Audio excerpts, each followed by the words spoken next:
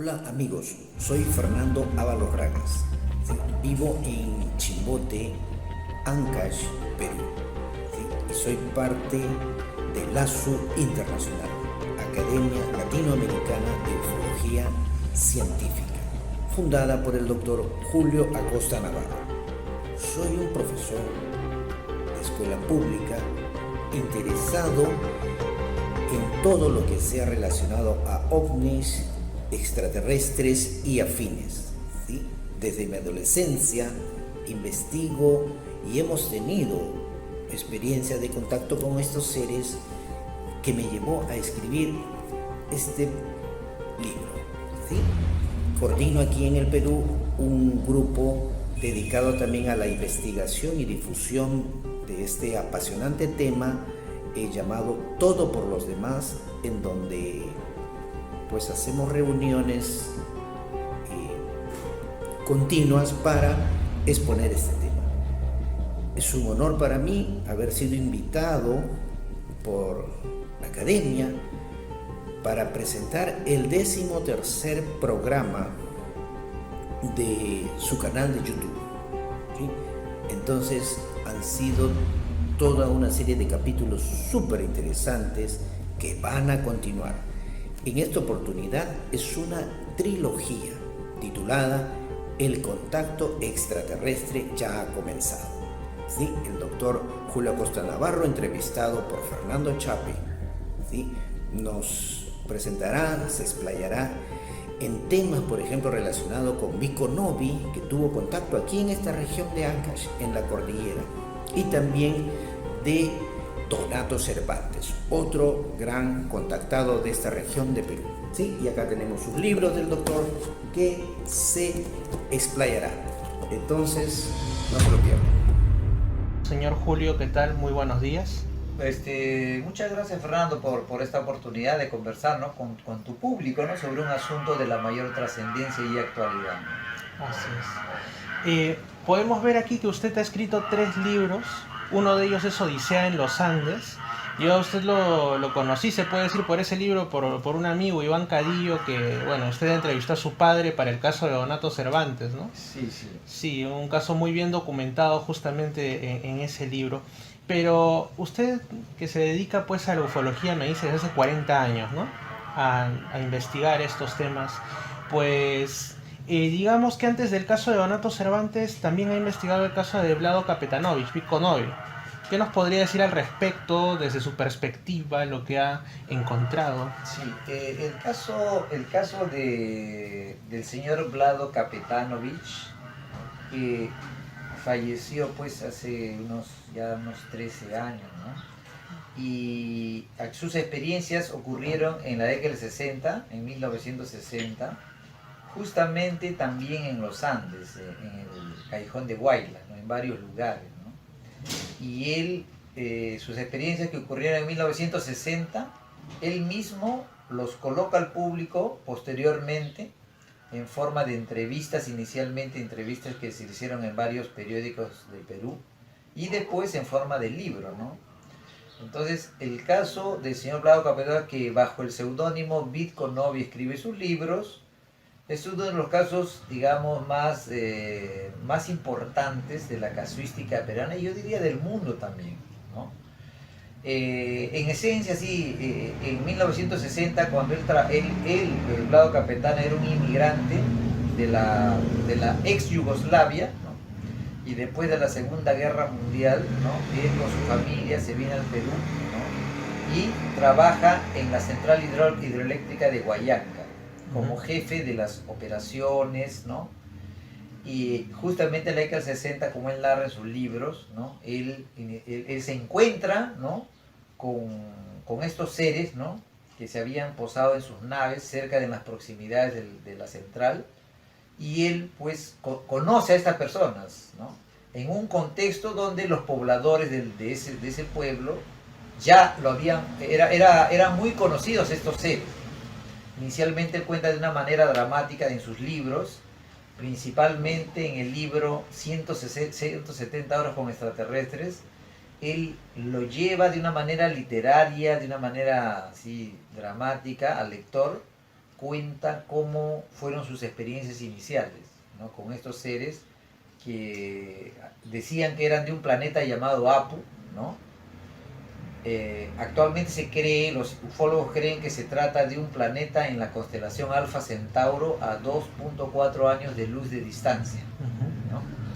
Entonces él narra, ¿no?, todo de una manera dramática sus primeros encuentros con estos seres, que serían en varias oportunidades se encontrarían, incluso en algunas veces acompañado con su guía, ¿no? Él iba con un guía para ir a las alturas de los Andes, ¿no? Entonces el caso de Vitko Novi, Vlado Kapetanovich, sería uno de los casos más importantes. Yo lo conocí, lo investigué cuando él estaba en vida. Es más, lo conocí bien tempranamente, lo conocí personalmente en el año 1984 en el barrio de Salamanca, ¿no?, aquí en Lima. Y para la época él ya había escrito como unos 6 libros, ¿no? Después iba a continuar escribiendo algunos libros más, ¿no? Y del año 84 que lo conocí, cuando era estudiante de medicina, pues lo conocí, analicé su libro, y en el año, más o menos aproximadamente el año 1999, ya estando en el Brasil, yo retorno, o sea, siempre estoy viniendo al Perú por motivos familiares, y a partir del año 90 hago una pesquisa ya más direccionada de sus obras, analizando sus obras, entrevistando a él, incluso viajando al callejón de Huaylas, a la central hidroeléctrica, para finalmente tener un análisis profundo, ¿no?, y bien detallado de sus experiencias, ¿no? Finalmente, el caso de él sería pues analizado, digamos, una expresión de siempre sería el libro El síndrome del capitalismo, Vitko Novi, Tomás Moro de nuestros tiempos, ¿no?, que es editado y publicado en 2009, en febrero, y es lanzado en la prestigiosa auditorio de la Facultad de Medicina de la Universidad Federico Villarreal, aquí en el centro, en el auditorio, de una unidad de posgraduación. Y posteriormente, meses después, en Sao Paulo, en el distinguido Memorial de América Latina, la Biblioteca del Memorial, que no es una entidad internacional, ¿no?, juntamente tentando colocar en la mayor importancia una investigación sobre extraterrestres, que ya es un tema tabú. Continúa ahora, es menos tabú, pero anteriormente es mucho más tabú, Claro, un no tema se bien puede. con un preconcepto, ¿no?, un tabú, con una desinformación abundante, ¿no?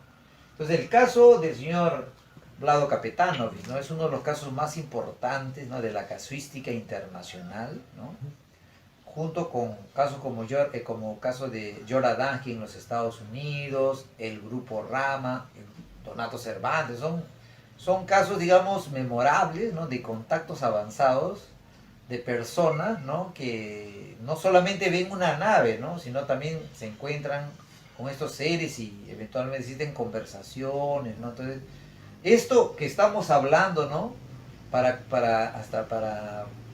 contextualizar al público, ¿no?, debe ser reconocido, ¿no?, debe ser dicho, debe ser dejado claro que a pesar de que existen estas publicaciones, gente que se dedica, ¿no?, la ciencia, ¿no?, la ciencia a través de sus órganos, digamos, asociaciones de astrofísica, asociaciones internacionales de astronomía y todas las grandes asociaciones, el fenómeno, la realidad del fenómeno extraterrestre en el momento actual no ha sido reconocido como real. O sea, oficialmente las grandes asociaciones científicas, ¿no?, consideran que los extraterrestres todavía no han llegado al planeta Tierra. Así es. Es más, el programa SETI, que es el programa de búsqueda de inteligencia extraterrestre a través de radiotelescopios, ¿no?, es la expresión de lo que yo llamo el mainstream. El mainstream es la corriente dominante de la ciencia. Entonces, el SETI parte del presupuesto, ¿no?, de que se está esperando algún día que se detecten señales de radio, electromagnetismo, algún tipo de código que nosotros podamos decir, esto está proveniendo del espacio, de otra estrella o de otra constelación. Entonces, ese es el presupuesto, el mainstream. Sin embargo, no, yo como cientista y el grupo que me acompaña como cientista, digamos, y otros cientistas probablemente en otros países, ¿no?, que debe haber, ¿no?, existe un grupo de científicos, ¿no?, de que no están de acuerdo con mainstream. Son científicos que trabajan sobre el contra el mainstream. Contra el mainstream. Nosotros creemos que este enfoque no está correcto, está desactualizado. Así cada vez como en el tiempo de Galileo, Copérnico, ¿no? En el tiempo de Darwin, ¿no? Entonces, para cambiar el mainstream sobre una idea, una teoría que domina, es necesario a veces una serie de demostraciones de científicos que van a través de sus métodos y descubrimientos, van a intentar cambiar el mainstream. Entonces, estamos, digamos, de cierta manera, en el actual 2019, ¿no?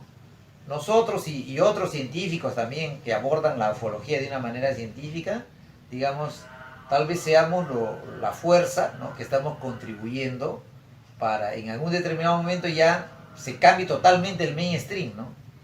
Y la ciencia acepte la realidad de que extraterrestres sí están viniendo, ¿no? Haciendo contacto a través de los contactos inmediatos de primero, segundo, tercero, cuarto y quinto grado, como serían estos contactos, ¿no? Vlado Capetanes, Donato Cervantes, son los contactos de quinto grado, donde hay un contacto con esos seres, intercambio de información, ¿no? Entonces, el caso de Vlado Capetanes resalta, ¿no? En su importancia porque ocurrió en la década del 60, hubo una grande cantidad de informaciones que él recibió cuando conversaba con estos seres, incluyendo, según el relato de él, entrada dentro de la nave, ¿no? De la nave de estos seres, ¿no? Y conversaron, ¿no? Y estos seres le dijeron que estos seres estaban viniendo no desde ahora, ellos venían desde hace mucho tiempo. Y al menos este grupo de extraterrestres de Apu, ¿no? De estos que hicieron contacto con el señor Vikonovi, ellos habían estado viniendo anteriormente y influenciando, ¿no? Algunos personajes históricos conocidos en nuestra historia, como a Cristóbal Colón, Leonardo da Vinci, Abraham Lincoln, Martín Lutero, Jesucristo. Entonces, lo que él recibió, ¿no? Vikonovi, Vlado Kapetanovich, de información, es una cuestión bien trascendente, que es la palabra, ¿no? Sí, incluso creo que los habitantes de Apu que contactaron con él le informaron sobre que ellos originalmente habían contribuido a la construcción de la actual ciudad de Cusco con el nombre de Cutzac, si no me equivoco, perfectamente, ¿no? Sí, porque justamente cuando yo era ya todavía niño, en el año 98, 99, un diario local que es El Extra estuvo publicando justamente lo de 170 horas con extraterrestres en forma de una página diaria, me acuerdo mucho, y me impresionó mucho el tema de Cutzak, el tema de las curaciones, también al igual que en el caso de Donato Cervantes, que él tuvo contacto con, creo que un niño que se había caído, algo así, lo metieron en una de estas naves en forma de avioncito y resultó curado, ¿no? Sí, exactamente en sus obras, ¿no? Vlado Capetones al final escribe un total como unas 9 obras. Algunas obras, no todas las obras cuentan su experiencia con extraterrestres, la mayoría cuenta, pero él cuenta algunas cosas de su experiencia personal, de su vivencia, ¿no? Pero cuando habla en sus obras de su contacto, lo cuenta de una manera, digamos, realística, dramática, ¿no? Él se convierte en un literato, la verdad, la manera como te hace llegar, ¿no? Te hace llegar las historias que le cuentan, ¿no? Entonces, es muy conmovedor en ese sentido. Aparte de él haber sido una persona, un contactado, digamos así, él por sus obras, ¿no? La literatura peruana, ¿no? Debería darle un reconocimiento a él por su estilo, ¿no? Por su contribución, por su calidad, ¿no? Entonces creo que hay muchas cosas que todavía falta, ¿no? hacer, ¿no? Sobre este caso. ¿Y usted por qué lo considera el Tomás Moro de nuestros tiempos? Sí.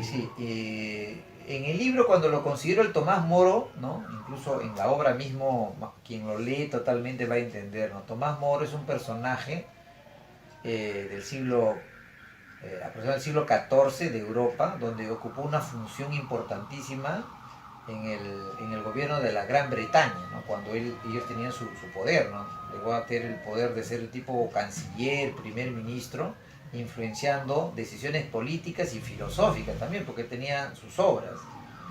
Y él era un intelectual y político, ¿no? Tomás Moro fue un intelectual y político de destaque, ¿no? De destaque, una persona trascendente en su momento, ¿no? Y él se atreve, no tiene el coraje de en su obra Utopía, ¿no? Quien lea Utopía también va a ver que él relata cómo se organiza una isla llamada Utopía, cómo es su organización social, organización política y económica. Y cuando él relata la utopía, los críticos entienden, ¿no? De que él está haciendo una crítica a la Inglaterra, ¿no? Porque la utopía, el modelo de esa isla, era un modelo totalmente diferente a lo que hacía la Gran Bretaña, ¿no? Que era un país ya que en su época era un país monárquico, con el sistema monetario, era un tipo, los inicios del capitalismo, del mercantilismo, ¿no? El colonialismo con también. colonialismo, con una grande desigualdad interna, social, ¿no? Entonces, él, en su obra Utopía, ¿no? Él coloca, ¿no? Muestra una ciudad más o menos ficticia, ¿no? Pero que es bien en contra, ¿no? de lo que era Gran Bretaña, ¿no? Esto era una muestra de otras cosas que él iba a hacer críticas a Gran Bretaña, incluyendo decisiones del rey Enrique VIII, ¿no? Sobre sus relaciones personales, ¿no? De casarse, ¿no? Y para cuestiones personales el rey de Inglaterra, ¿no? Incluso entra en conflicto con las religiones, las grandes religiones, ¿no? Y al punto de que en esa crisis, ¿no? Él se posiciona, ¿no? Digamos, con sus ideas, ¿no? Con su humanismo que él tiene, ¿no? Y al final él se convierte en un algo, ¿no? Se convierte en una persona no deseable, digamos, ¿no? Y él es atacado, encarcelado, procesado, ¿no? Y condenado, ¿no? Entonces, al final él sufre una condena a muerte, ¿no? Muy severa también, o sea, una cosa así, él es, creo que quemado, ahorcado, decapitado, etcétera, ¿no? Y precisamente porque él se mantiene hasta el final en sus ideas, ¿no? De querer hacer, de decir sus opiniones, ¿no? En ese mundo, ¿no? Y la utopía que él describe, ¿no? Sería como Vlado Capetano, que él cuenta el Apu, o sea, el mundo de los apunianos. Un mundo sin Porque dinero. la organización, porque estos seres le explican a Vlado Capetanovic, le explican cómo es ese mundo. Que ellos viven más tiempo, que su organización de trabajo, yo recuerdo mucho incluso, porque está en sus obras de Vlado Capetanovic, que él contaba así que en Apu, suponiendo que su día era de 24 horas, porque puede ser que su día devore más, ¿no? Depende de la estrella sobre el cual circunda el planeta, ¿no? En Marte es diferente, Venus es diferente, ¿no? Pero recuerdo que le decía, en nuestro planeta, ¿no? Basado en el tiempo que ustedes tienen, ustedes trabajan pues 8 horas o más 8 horas al día, ¿no? 6 puede ser por semana. Decía que basado en nuestro cálculo de horas y de días, en Apu las personas, en vez de trabajar como ustedes trabajan, solo trabajaban 3 horas por día. Y de los 7 días, no trabajaban los 7 días, trabajaban solo 3 días. Y el resto, ¿no? Lo dedicaban a los estudios y a la calidad de vida, o sea, a la buena diversión, digamos, ¿no? Claro. ¿No? Entonces, así como eso, hay una grande cantidad de información sobre cómo ellos se organizaban, ¿no? Los apunianos, su historia, sus principios, ¿no? Entonces, cuando yo escribo esta obra, ¿no? Vico Novi, el Tomás Moro en nuestros tiempos, trato de hacer una especie de analogía entre lo que fue Tomás Moro, ¿no? En su tiempo, y su obra Utopía, haciendo la analogía con Vico Novi, que cuenta también de un mundo, ¿no? Que para algunos puede ser ficticio, pero él lo dice que no es ficticio, de un mundo bien diferente a nuestra forma de organización de nuestra sociedad contemporánea.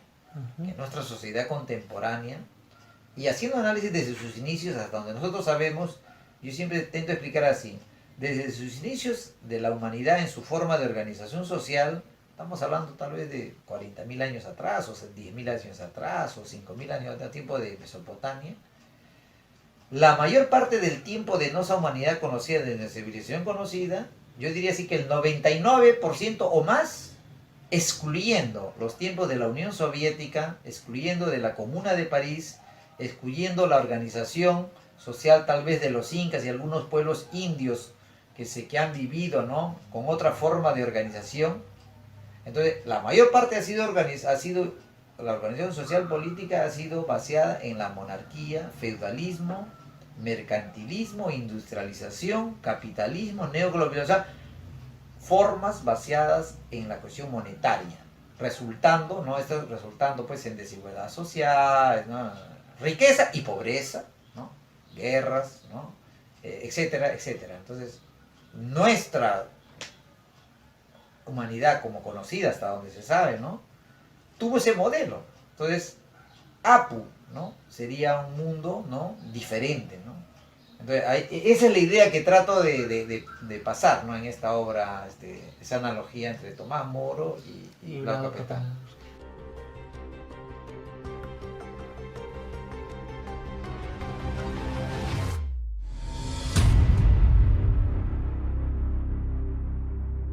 ¿Qué tal? ¿Cómo están? En esta ocasión me encuentro aquí con el doctor Julio Acosta Navarro. Él es presidente de una asociación de ufología científica en Brasil, que es donde él reside. Es médico, cardiólogo además, nombre de ciencia. Y pues anteriormente ha estado también aquí en el canal y ahora nos trae en su visita a Perú un nuevo libro que todavía está en portugués, pero me imagino va a ser también traducido al español, titulado OVNIs cruzando las fronteras de la ciencia. Quizá nos pueden comentar un poco para empezar sobre este nuevo libro. Sí, Fernando, en primer lugar quisiera agradecerte, ¿no?, por el interés que tienes, ¿no?, en esta estadía que estoy aquí, para comentarte un poquito de lo que se está haciendo en el Brasil, ¿no? Sobre esta obra. Ya quiero aprovechar también dar un saludo a los miembros de la Academia Latinoamericana de Ufología Científica, que son los miembros que pertenecen al grupo, ¿no?, con que juntamente, ¿no?, estamos haciendo bastantes actividades, ¿no?, tipo congresos, actividades dentro de universidades, entrevistas en YouTube, ¿no? Entonces, un grande abrazo para todos los miembros muy queridos: Roberto, Claudio, Eglair, Cacá, Ondina, Catarina, Rosy y todos los grupos que ya en cada momento el número está aumentando, ¿no? Ya ahorita tenemos más de 25 miembros dentro del grupo, ¿no? En la última reunión, que es una reunión interna, para tener una idea, ¿no?, estuvieron 22 personas en una sala un poquito mayor que esto, pero ya muy llena. Entonces, nuestros tipos de reuniones el formato que fue propuesto desde un inicio es un formato de reuniones de actividades de posgraduación. Solo para darte una idea, ¿no? Una sala y una reunión de graduación es donde las bancas, ¿no?, están colocadas al frente del profesor que está al frente y todos toman nota, ¿no?, de las aulas, de las clases, ¿no? Entonces, nuestras reuniones dentro de la Academia Científica tenemos un formato de posgraduación donde alrededor de una mesa central se disponen las sillas para todas las personas estar frente a frente, ¿no?, que todas las personas pueden opinar, preguntar, ¿no? Y tenemos una agenda propuesta para la reunión donde ya previamente se sabe los temas que se van a hablar, hay encargados de comandar determinados aspectos, se propone y son reuniones de estudio, pesquisa y planeamiento también, ¿no? Entonces, solo para aprovechar eso. Y comentándote, Fernando, sobre esta obra, OVNIs, cruzando la frontera de la ciencia, fue lanzada en marzo del año pasado en la biblioteca Viriato Correa, en Sao Paulo. Viriato Correa es una biblioteca bien conocida de un barrio, de un distrito noble allá en Sao Paulo. Estaba lleno en la sala en aquella época en la que vivía, ¿no?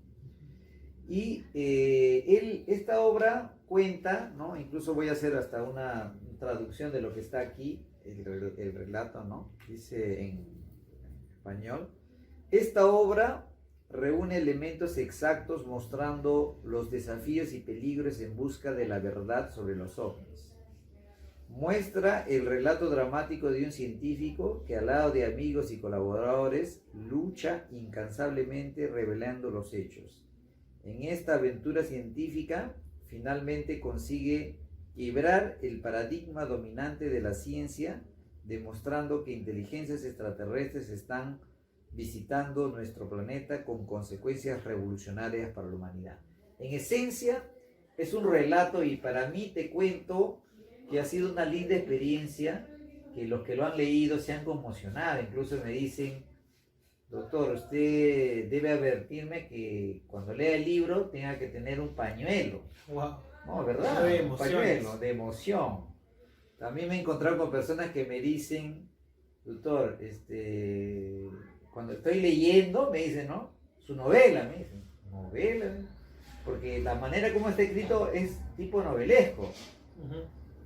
Pero cuando ellos me dicen, incluso tienen la duda de al decir novela, porque para el novelesco de repente es una novela de ficción, ¿no? O en otro caso una novela tipo aquellos bestsellers tipo Código Da Vinci, Bueno, donde claro. en esencia Código Da Vinci es un bestseller, ¿no? Es sin duda un bestseller. Solo que digamos así, en mi impresión, en mi evaluación, él debe tener, de verdad y ciencia, debe tener 50% y 50% de ficción, ¿no? Entonces su secreto del éxito es que no es una obra científica o histórica, no es una mezcla de ciencia ficción, ¿no? Entonces, en ese sentido he tenido experiencias donde las preguntas, las personas me dicen, es una novela, es un drama, no es una... Y eso es una cosa que como escritor así me alegra, ¿no? Y la verdad, yo siempre le digo, no, esto es... Puede ser un drama, es una novela, pero lo que está escrito es 100% verídico, ¿no? Entonces, él cuenta desde sus inicios, ¿no? Desde mis inicios en 1979, con 14 años de edad, adolescente, cómo inicio mi interés en la ufología. Y pasa, ¿no? Por décadas, mi viaje al Brasil, para hacer mis estudios de posgraduación, y donde en Brasil continúo esas investigaciones, ¿no? Y cuento los 3 grandes proyectos de investigación ya como profesional, como científico.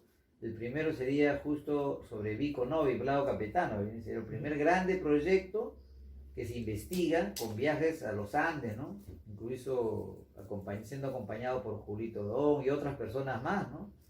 Jaimito Valdivia, mi padre que fallecido, señor Hugo Acosta, ¿no? Donde en ese primer proyecto investigamos hasta fondos donde se podía llegar al caso de Vico Novi, del cual lo conocí personalmente también, ¿no? Ya fallecido, señor Vico Novi, señor Vlado Capetano, es en 2005.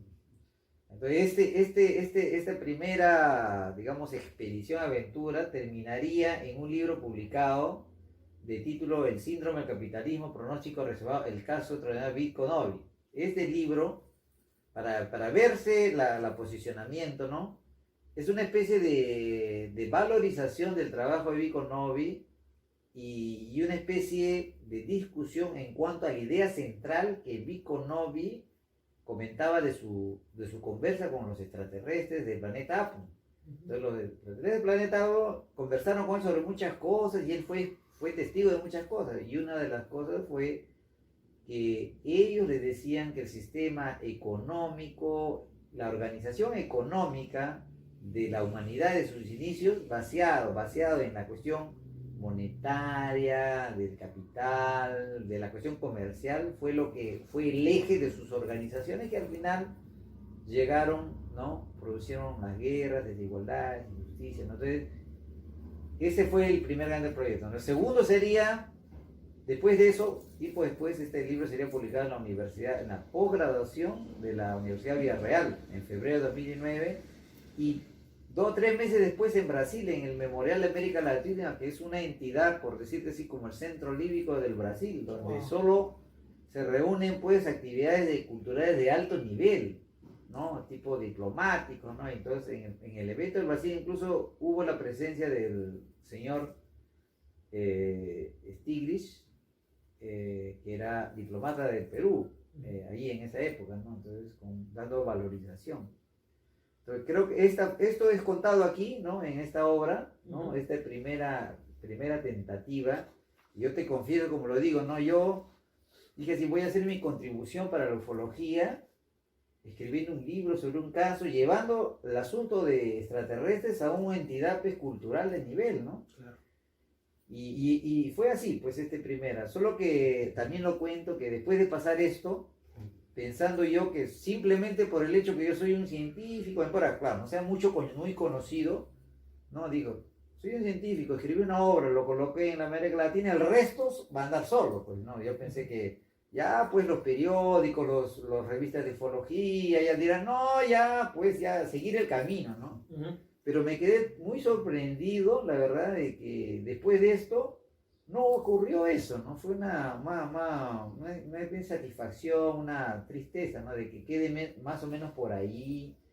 Dentro de la ufología no había tampoco, o sea, explicar por qué otros ufólogos no valoricen es una cosa, tiene que tener una explicación, ¿no? Porque si los ufólogos siempre están buscando que alguna autoridad, lo que dijo, una foto, ¿no? De pronto un día coloca, o sea, es una cuestión medio donde descubrir algunas imperfecciones también dentro tal vez de la naturaleza humana, ¿no? Lo cierto es de que al ver esto, ¿no? Entonces me percibí de que de repente, pues, de repente podía haber otros trabajos mejores, de repente faltaba, ¿no? No era la falla el reto, el falla de repente todavía no había conseguido eso, ¿no? Lo que quería, que era atraer la comunidad de la ciencia, ¿no? Que le respeten el fenómeno ufológico en algún caso, ¿no? Entonces ya se decidió ir a investigar otro caso que tendría pues pruebas materiales así sólidas, ¿no? Más que un relato como de Vico Novi, y ahí viene el caso de Donato Cervantes. Claro, con ya también Para que otro Donato libro. Cervantes, que a diferencia del caso del señor Blado Capetanes, el señor Blado tenía una riqueza de informaciones de lo que él había vivido. Había estado dentro de la nave, había visto en las telas tipo televisión, ¿no? Personajes históricos, había sido testigo de curaciones de varias personas ahí en los Andes peruanos, ¿ya? Entonces él tenía mucha riqueza de relato. Ahora, en el caso del señor Donato Cervantes, él no tenía mucha riqueza de relato de informaciones, sin embargo, él, en bajo su experiencia de las curaciones, de los problemas de salud que tuvo, había documentos, relatos de médicos que eran testigos, ¿no? de todo el drama que había vivido, de la odisea que él había vivido, ¿no? Entonces, durante muchos años me aboco a la investigación del caso del señor Donato Cervantes, ¿no? Con viajes allí, entrevistas con los medios, análisis de todos los documentos, para llevar el caso a una publicación de una revista científica, ¿no? El relato de todo eso, las dificultades, peligros y problemas, es relatado en la obra Odisea en los Andes, ¿no? 1963, el año que hicimos contacto, ¿no? Claro. Entonces es un relato dramático también, ¿no? Que tuvo una serie de dificultades y hasta cuestiones personales que lo relato mismo y no lo voy a entrar a detallar ahora. Claro. Incluso me contaste de que hace unas semanas en el centro de Lima, ¿no? Me contaste, me emocionó. En el centro del Metropolitano. Claro, lo que pasa es que en el Metropolitano, como también ya les he contado en algún video, hay ahora un servicio de bibliotecas gratuitas, ¿no? Que solamente hay que inscribirse, pides un libro, lo devuelves, pides otro libro. Y el chico que me atiende, como yo le había pedido un libro de JJ Benítez, me dijo, a ti te interesa de repente las cuestiones estas de los ovnis. Y yo le digo, sí, no sé si tiene otro libro. Me ofreció otro de JJ, me dijo, pero mira, acá hay un libro que justamente es que aquí lo ha traído el señor Julio. Me dijo, acá hay un libro que yo lo he leído y te lo recomiendo porque es así, o sea, te deja pensando. A mí me ha agradado mucho. Lo saca, me lo pone y es Odisea en los Andes, justamente acá del doctor Acosta. Y a mí me sorprendió, ¿no? Que lo tuvieran, porque en sí yo no lo pude conseguir, sino fue sencillamente mi amigo Iván Cadillo, que es hijo del señor Hugo Cadillo, que fue uno de los entrevistados en este libro, el que me hizo leer su copia que él tenía, pero no se le podía encontrar así nomás, pero ahí ya lo tenían, y yo le dije, imagínate, yo ya lo leí, qué bueno que también te haya gustado, ¿no? Y, o sea, está teniendo cierta repercusión y eso es importante porque personalmente yo puedo decir que es una obra verdaderamente bien documentada y hay multitud de personajes, pruebas y es muy muy bueno, en serio. Entonces, como te comento, ¿no? Esa experiencia fue, o sea, una cosa que a tardía, en una fase tardía, pues, es una linda emoción lo que me has contado esto recientemente, ¿no? Y volteando, ¿no?, a esta obra, ahí se cuenta toda la historia de Odisea de los Andes, ¿no? Que al final él tiene una riqueza de relatos y al final él tiene sus dificultades para llegar a su objetivo final, que es construir un paper. Paper es una publicación científica, ¿no?, que pueda ser leída por críticos, ¿no?, y digan que la hipótesis que se podía demostrar en el caso del señor Dabada, como no se consigue lo suficiente de evidencias para el nivel científico, él queda con las evidencias, digamos, testimoniales y lo que está, ¿no? Y él termina en forma de libro, ¿no? En la opinión del libro, en la parte final, donde se concluye de mi parte, ¿no?, que de hecho en 1983, quien se enterase que estaban ocurriendo esas cosas en el entorno de Donato Sormán, porque no solo fue él tuvo un encuentro, él tuvo varios encuentros, él fue curado no una vez, varias veces. No hubo un testigo, hubo muchos testigos, jueces, policías, ingenieros, periodistas, ¿no?, que vivieron cosas paranormales en torno a él. Entonces, si uno llegaba allá, incluso durante 15 días estuvo en exposición una piedra que había sido dada por esos seres, y donde un geólogo incluso hizo unas investigaciones preliminares. Entonces, en 1963, en ese tiempo, ¿no?, y yo soy siguiente del caso de Joradansky, de Rama, de Eugenio Siragusa y de todos los grandes contactados auténticos, que son pues casos extraordinarios también, incluyendo Vlado Capetano, en la década del 60, ¿no?, con el conocimiento de causa de todos los grandes contactados auténticos, de los cuales que yo creo y están dentro de publicaciones científicas. Entonces me atrevería a decir que el caso de Donato Cervantes en el año 83, cuando ocurre todo eso, era un caso donde era una ciudad mágica, un tiempo mágico, donde todo tú comprabas y llegabas a ir allá y estabas ahí, ibas a tener tus propias experiencias. Ahora, ¿qué pasó con el resto del mundo? O sea, varios periodistas en revistas nacionales publicaron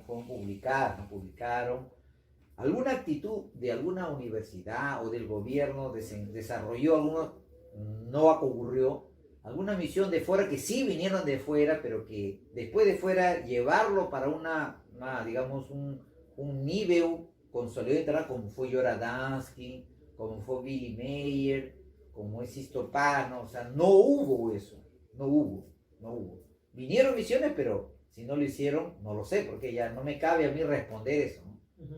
Lo que a mí me cabe en lo tajante, a mí, el caso, como lo cuento, lo conocí el mismo día que salieron los titulares, en octubre de 1983, pero yo tuve que pasar 25 años, yo siendo ya consagrado en Brasil, un médico, con recursos para poder venir, es que 25 años después vuelvo a investigar profundamente ese caso. Y es curioso, ¿no?, porque justamente el caso de Donato Cervantes fue en los 80, el caso su encuentro con seres del planeta Apu. Algo antes fue también el caso de Vlado Capetanovic. En el caso de Donato Cervantes, él no decía planeta Apu, el Donato Cervantes decía que eran de la galaxia celeste. De la galaxia celeste. Eran mis amigos de la galaxia celeste. Incluso lo que llama la atención, a pesar de que estar bien cerca, cuando él hace sus diseños de la morfología, de la fisiología, de la forma de estos seres, eran seres altos, pero con rasgos más humanoides, a diferencia del caso de Vlado Capetanovic, que eran tipo mongoloides, eran humanos tipo mongoloides, o sea humanos, estaríamos hablando quizás de dos civilizaciones distintas. Exactamente, operando o de repente las mismas civilizaciones que se presentan fisiológicas de otra manera diferente, también puede ser. Puede ser, claro. De repente ellos tienen la capacidad tipo camaleón, ¿no? De presentarse ante Vlado Capetano, que era un europeo, ¿no? Un europeizado, guerrero de la Segunda Guerra Mundial, de repente en forma más humana. En el caso de Donato Cervantes, ¿no?, de repente es la misma civilización, eso ya estamos ya hipotetizando, ¿no? O sea, Claro, pero claro. de hecho era la región, era contemporáneos, no tengo duda ninguna, ¿no? Claro, más antiguo era el Blado Capitano, que fue en la década de 60, eso fue en la década de 70, ¿no? Entonces, Y paralelamente por esa época también ocurría lo de los grupos que tenían contacto en la zona de Chilca. sí, O sea, la ha década sido- de 74, ha sido un tiempo, sí, ha sido una una horquilla de época, tiempo. ¿no? Esa, Claro. una época fuerte, ¿no? Ahora te diré, en el Brasil hubo casos, ¿no? Que ya estando en Brasil, como el caso de los, del matrimonio, no el matrimonio, sino de la pareja, Herminia y Bianco Reyes, caso investigado también, ¿no? Y otros casos más que justo en la década del 70 también ocurrieron casos de contacto avanzado justo en la década del 70, como si fuese que ellos no solo estuvieron por los Andes, sino que en la década del 70 estaban civilizaciones paseándose por América Latina, por Sudamérica, haciendo contactos, ¿no? Y con un padrón en algunos casos un poco semejante, en otros casos un poco diferente. Y el caso de Cervantes, a pesar de que existe de parte mía, ¿no? Una sensación, digamos, de tristeza, digamos, que de decepción, en el sentido que no llego, porque voy a decirte así, para quien investiga, ¿no? O sea, tú puedes investigar y al final escribir tu libro y lo puedes hacer. Un libro es una versión, una expresión de tu investigación, estudio, reflexión, imaginación. Pero un paper, ¿no? O sea, un artículo científico que tú lo vas a hacer con el método científico, es otra cosa, digamos, es la ciencia en su forma formal. Entonces, el objetivo mío no era escribir un libro, o sea, podría escribir, al final fue escrito un libro, pero eso no fue el objetivo original.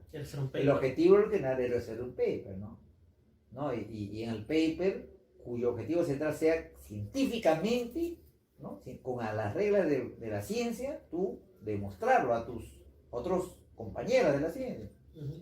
Como no fue hecho eso me causó una decepción al final, una tristeza, ¿no? Una tristeza, no fue, al final va a terminar en un libro. El libro para mí es un consuelo, imagínate, pues. Wow. Un consuelo, imagínate de que te cuento, no, digamos medio como intentando decirte por dentro lo que siento, ¿no? Fue un consuelo decirlo en la forma del libro lo que ocurrió, todo, de una manera exacta, ¿no? Sin embargo, después de eso tuve que, como dice, un periodo de reflexión, de ver cuál es la enseñanza. Una de las cosas que en aquella época, cuando ocurrieron todas esas cosas, era de que percibía de que el fenómeno ufológico, así en general, ellos se pueden mostrar, hasta dejar evidencias, pero ellos hacen una especie de, por decir así, juego tipo charada, ¿no? Es decir, mira, yo me puedo presentar, me pueden fotografiar, dejar evidencia, muchas personas me ven, pero no me vas a pegar, o sea, no me vas a agarrar, no me vas a llevar en un laboratorio y encajotar, o sea, algo así como, me puedes, pero no me voy a obedecer a tus criterios, claro. O sea, Sí, no me vas a demostrar, a no ser que yo me quiera demostrar. Claro, o sea, es como que simplemente están ahí también para ver nuestra reacción, a ver qué Claro. hacemos, se presentan en la forma y las veces Claro, que ellos quieran, claro. pero ellos mantienen el Claro. control. Y ahí vienen las grandes hipótesis del fenómeno, y ahí hablamos, o sea, la explicación, por ejemplo, la hipótesis del zoológico, que es la mejor, hasta el momento es la más fuerte, pero ahí yo te puedo colocar la hipótesis de laboratorio, ¿no? O sea, en segundo lugar. Entonces, la hipótesis de laboratorio es la que, por ejemplo, uno de los mejores exponentes es Salvador Freixedo, monje jesuita español que cree que esencialmente los extraterrestres ellos juegan con nosotros, nos manipulan, hacen Somos como una experimentos, granja. somos como una granja humana. Ajá. Tiene su obra La Granja Claro, Humana, exacto. ¿no? O somos cobayas del laboratorio. Entonces, donde existiría que no somos como un experimento de ellos, están experimentando, ¿no? Pero la primera teoría es la hipótesis del zoológico, donde ellos desde nuestro origen nos estarían vigilando, observando. Y ellos estarían de vez en cuando incursionando a criterio de ellos, no a criterio de nuestra organización, no a criterio de nosotros, de decir así, si están allí tienen que hacer contacto con la Casa Blanca, en el centro de Lima, no, entonces ellos no obedecen, ellos nos están observando y nos están cuidando, que no nos escapemos también. De repente, imagínense un zoológico, un animal feroz escapa, puede hacer daño a los que están fuera del zoológico. Entonces, de repente somos como un zoológico donde nos controlan. hasta la época de la energía atómica, no representamos grande mayor a otros planetas. En la desenvolvimiento de la energía atómica y las naves espaciales, tendríamos capacidad de llevar con nuestras naves a otros planetas armas de alta letalidad. Y qué coincidencia que grandes oleadas ocurren justo después de en 1947, o sea, es un raciocinio lógico, ¿no? Pero volviendo a la cuestión, ¿no? Las grandes enseñanzas, ¿no? De Donato, o sea, fueron la enseñanza central de todo esto, como investigador, y estoy hablando como científico, era de que al percibir eso, ¿no? Para uno llevarla a la ciencia, ¿no? Intentar, digamos, demostrar, tú tendrías que tener en cuenta eso y la esencia, lo principal fue decir, yo si tengo que llevar la ciencia, la mayor parte de todo este juego científico tendría que estar más en dominio de los investigadores que de un factor externo, porque en el caso de Donato, yo dependía de la anuencia del señor Donato, y él dependía de la anuencia de los seres ahí para él poder deslocarse a otro país para someterse a exámenes de laboratorio. Entonces, sobre esos grandes aprendizados es que fue creado, la verdad, el proyecto The Final Contact Project, el proyecto Contacto Final, que incluso su nombre, ¿no? The Final Contact Project, él va metafóricamente en contracorriente del Instituto SETI, que es el Instituto de Búsqueda de Inteligencia Extraterrestre, que tiene teóricamente aguarda su primer contacto, el first contact. O sea, a través de las ondas, un día el SETI, ¿no? La entidad SETI, entidad americana, un día recibirá la señal, ¿no? Y será el primer contacto, the first contact, ¿no? Entonces, esto está dentro de la cuestión del paradigma dominante, ¿no? Paradigma dominante, los grandes científicos dicen que extraterrestres no están viniendo, no hay pruebas. Entonces el SETI está dentro de eso, buscando el first contact. Entonces, el proyecto que creo es el The Final Contact Project, es todo opuesto, The Final. Asumiendo de que teóricamente puede el contacto sí haber ocurrido y ya ha ocurrido y puede no haber ocurrido más, The Final. Y ahí se investigan, ¿no? Un lado de la ufología, la casuística de los casos avanzados, de los contactados, ¿no? De los contactados que dicen, yo lo he visto, ¿no? O él me ha hablado acá, pero me han hablado un monte de cosas de eso y yo lo digo, lo ratifico y que yo he entrado en contacto con estos son los contactados. ¿Cómo saber si es auténtico o no? ¿Cómo un caso saber si es real, auténtico, verdadero, verídico y real? Entonces se crean 12 criterios, 6 criterios subjetivos, 6 objetivos. Los criterios subjetivos están a lógica, coherencia y pragmatismo, intuición, una serie de elementos que son consagrados en la historia de la filosofía. O sea, los grandes filósofos han tratado de definir qué es verdad, la matemática, lo que se demuestra, Dios, etcétera, etcétera, ¿no? Entonces, The Final Contact Project, él pega 72 casos que son investigados a la luz con el mismo parámetro. El parámetro de los 12 criterios por lo menos 2 investigadores. Y en ese caso, el núcleo central, la hipótesis central es de que por lo menos uno podría tener el criterio suficiente para ser considerado auténtico, con un método científico. Si uno de los 72 se probaba que podría ser considerado de alta probabilidad de ser auténtico, entonces prácticamente diríamos que existiría un trabajo que usando una metodología ha encontrado que al menos uno es auténtico. Ya con eso derrubaría. El trabajo al final fue terminado, escrito, mandado a una revista internacional llamada The World Journal of Research and Report, ¿no? Una revista con científicos independientes que analizan el valor y el mérito y al final lo encuentran suficientemente de valor para ser publicado y dentro de su resultado de los 72, 25 de los 72, una tercera parte, al final, no uno, sino 25 llegan a ser considerados de alta probabilidad de ser auténticos, técnicamente auténticos. Y ahí están, dentro de eso están el Sixto Paz, está Donato Cervantes, está Vlado Capetano, Eugenio Siragusa, Giora Danji, ¿no? Y este es el gran... la historia de todo, cómo se construye eso, ¿no? Hasta el final, ¿verdad? Está escrito justamente para, digamos, para lectores, ¿no? Digamos, ya más, Más de digamos, de la difusión, comunidad. claro. La historia, como esa lucha incansable de poder publicar, ¿no? Y cruzar la frontera de la ciencia, porque prácticamente, a pesar de que yo te puedo decir que en las revistas científicas deben existir unos 40 trabajos, 40 papers, 40 artículos que hablan sobre extraterrestres, más ninguno de esos 40 probó la hipótesis de que ellos sí existen. O sea, estos 40 trabajos que me hablan de abducción, de teorías especulativas, ¿no? O sea, hablan de fenómenos extraterrestres, sí, pero no prueban, o sea, no quieren probar la hipótesis que ellos ya están aquí. Entonces, este trabajo sería el primer trabajo en la historia, digamos, ¿no? Que probaría una hipótesis y la demostraría, o sea, testaría, probaría y la comprobaría. Entonces, la historia, ¿no?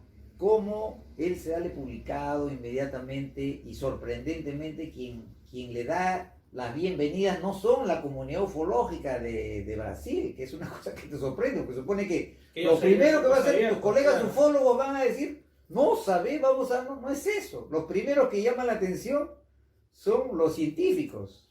O sea, los científicos mismos se interesan, no, habla acá, aquí en este sala magna. O sea, una cosa así totalmente paradojal, ¿no? Claro. Paradojal, ¿no? Y en segundo lugar, es la clase política. ¿Por qué? Porque algunos políticos, o sea, llamados, lo equivalente sea regidores, o diputados, o congresistas, lo bien y le dan la permisibilidad para ser representado a entidades de alto nivel, después de la publicación, como el Palacio Anchieta, que sería la sede del auditorio, por decir así, del Congreso del Estado de Sao Paulo, de la Prefectura de Lima. Entonces le dan facilidades a la agrupación para poder exponer eso, ¿no? Entonces en 2017 esta Folha de Sao Paulo, equivalente al Comercio, Claro. hace una nota sobre este evento, ¿no? Entonces estamos hablando ya de actividades de nivel internacional, ¿no? Publicaciones científicas, entidades que se mueven, ¿no? Y eso es una cosa provechosa, una cosa buena, es un avance, ¿no? Ahora, claro que yo me siento, ¿por qué? Si estamos hablando de esto, ¿por qué no está dónde está la CNN, ¿no? ¿Dónde está, pues, las grandes medias, las otras grandes medias, ¿no?